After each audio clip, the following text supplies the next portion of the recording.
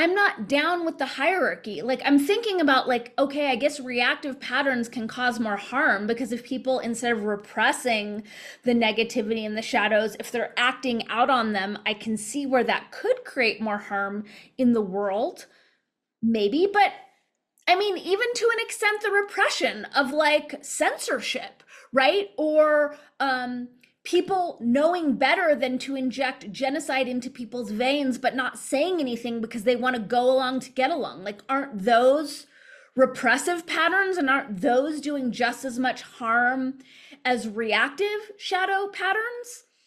Look, I'm not going to hone in on, the better, worse. I tend towards the better article. So it's not really my preference to create a hierarchy of shadows, which, as I said, from the get-go was what I loved about the gene keys, as I felt it was so equalizing in terms of like, okay, we're all dealing with our own shadows. And just because, some of my shadow expressions have been like big and loud and gross and embarrassing doesn't make me like a lesser or worse person than other people whose shadows are expressing in more repressive ways.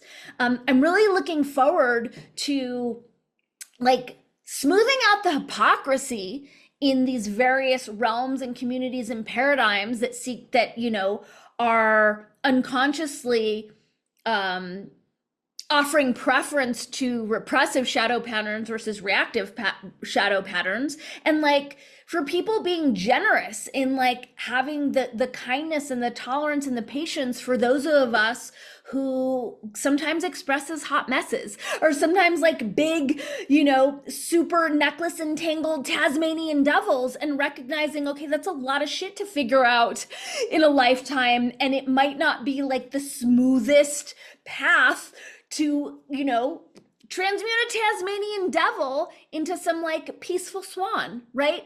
It's gonna be a process. And just because that process is like louder or messier or uses more curse words than a repressive process doesn't make it worse or more deserving of like judgment and derision. That's really my point.